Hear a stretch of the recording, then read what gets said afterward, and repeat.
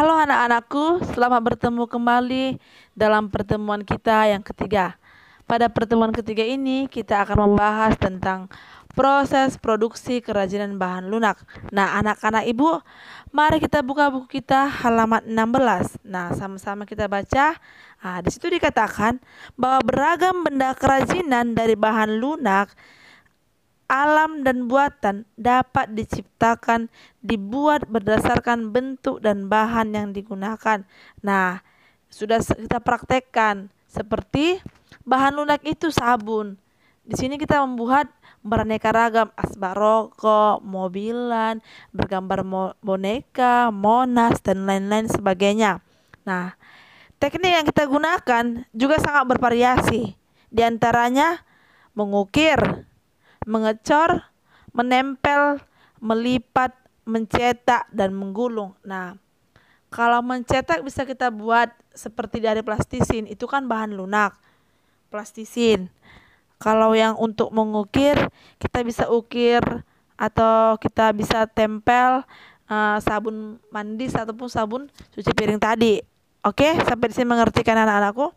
Nah, di sini semua itu sangat disesuaikan dari bahan yang kita gunakan dan manfaat dan rancangan produk dari kerajinan tersebut.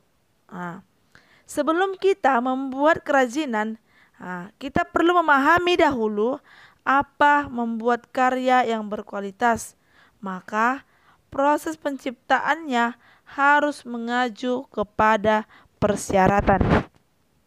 Adapun syarat atau perencanaan benda kerajinan sebagai berikut. Yang pertama, kegunaan atau utility. Ya, benda kerajinan harus mengutamakan nilai praktis, yaitu dapat digunakan sebagai fungsi dan kebutuhan untuk sehari-hari. Contohnya, mangkuk dan wadah sayur, kemudian cangkir, piring, dan sebagainya. Oke, kedua, kenyamanan atau comfortable. Nah, benda kerajinan ini harus menyenangkan dan memberi kenyamanan bagi pemakainya.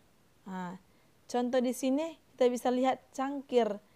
Cangkir didesain semenarik mungkin dengan memiliki pegangannya dan dengan mengukir gambar atau memotif cangkir itu semenarik mungkin. Yang ketiga, keluasan atau flexibility. Di sini anak-anak dikatakan benda kerajinan itu memiliki keserasian antara bentuk, wujud benda dan nilai gunanya. Kamu bisa lihat yang kamu pakai sehari-hari, tas sesuai dengan tas untuk kita pakai ke sekolah, dan kalau sepatu sebagai anatominya kita gunakan sebagai alas kaki kita, alas kaki dan ukuran kaki kita. Yang keempat, keamanan atau safety. Oke. Di sini dikatakan bahwa benda kerajinan itu tidak boleh membahayakan pemakainya. Contohnya, piring dari serat kelapa harus mempertimbangkan komposisi zat pelapis pewarna yang dipakai tidak berbahaya jika digunakan sebagai wadah makanan. Baru, piring juga bukan hanya dari wadah kelapa aja, piring juga harus diperhatikan dari wadah plastik. Kita harus mengetahui apakah piring plastik yang kita makan itu tidak berbahaya jika kita mengkonsumsinya sebagai tempat wadah kita untuk makan. Yang kelima, keindahan. Oke. Benda yang indah mempunyai daya tarik yang lebih dibanding dengan benda-benda biasanya. Keindahan suatu benda dapat dilihat dari beberapa hal. Contohnya, bentuk, hiasan, ornamen, bahan bakunya, kan? Ketahanannya. Oke, sampai di sini mengerti anak-anakku? Kerajinan bahan lunak alam. Di setiap daerah dimanapun kamu berasal, pasti ada satu daerah membuat atau mengapresiasikan produk kerajinan bahan lunak di setiap kamu tinggal. Jadi setiap daerah ini memiliki jenis kerajinan lokal bahan lunak yang menjadi unggulan daerahnya. Oleh karena itu, Sumber daya alam dari masing-masing daerah berbeda-beda. Contohnya, jenis kerajinan Banyumulek atau Lombok. Sumber mata pencaharian masyarakat daerah ini adalah membuat tembikar atau keramik hitam. Karena sumber daya alaminya banyak tersedia tanah liat. Oke, sampai di sini. Nah, pembuatan ini juga harus melalui proses terlebih dahulu seperti floor clay yang dihasilkan oleh beberapa masyarakat di daerah Unggaran, Jawa Tengah. Mereka mencoba membuat peluang kreatif ini dikarenakan dorongan untuk membuat hal-hal baru di dunia usaha kerajinan Indonesia. Namun, kerajinan bahan lunak alam merupakan contoh saja. Jadi di sini anak-anakku, kita akan mempelajarinya sebagai pengetahuan kita. Kamu bisa lihat buku kamu, di situ ada kerajinan keramik. Di setiap daerah pasti ada membuat keramik. Di tempat ibu juga ada pembuatan keramik. Pembuatan keramik baik itu alam maupun keramik hiasan dan lain-lain sebagainya. Jadi asal keramik adalah keramos, yaitu berasal dari bahasa Yunani yang artinya benda pecah belah yang terbentuk dari tanah liat yang telah mengalami proses pembakaran yang sangat panjang. Pada pembuatan keramik, tanah liat memiliki sifat plastis sehingga mudah dibentuk. Setelah itu dibakar dalam tingkat pembakaran suhu 600 derajat Celcius sampai 1300 derajat Celcius sesuai jenis tanah liatnya, sehingga tanah liat menjadi keras, padat, dan kedap air. Nah, anak-anakku, Indonesia memiliki kerajinan keramik dari berbagai daerah berciri khas masing-masing. Masing-masing daerah menunjukkan keunikannya dari bentuk, teknik, cara, hingga ragam hias yang ditampilkannya, supaya menarik daya tarik masyarakat umum ketika melihat keramik-keramik yang mereka atau dari hasil kerajinan dan keterampilan dari daerah tersebut. Nah, sehingga tanah liat itu menjadi sangat keras karena hasil pembakaran yang 600 sampai 1300 derajat Celcius tadi dan kedap air.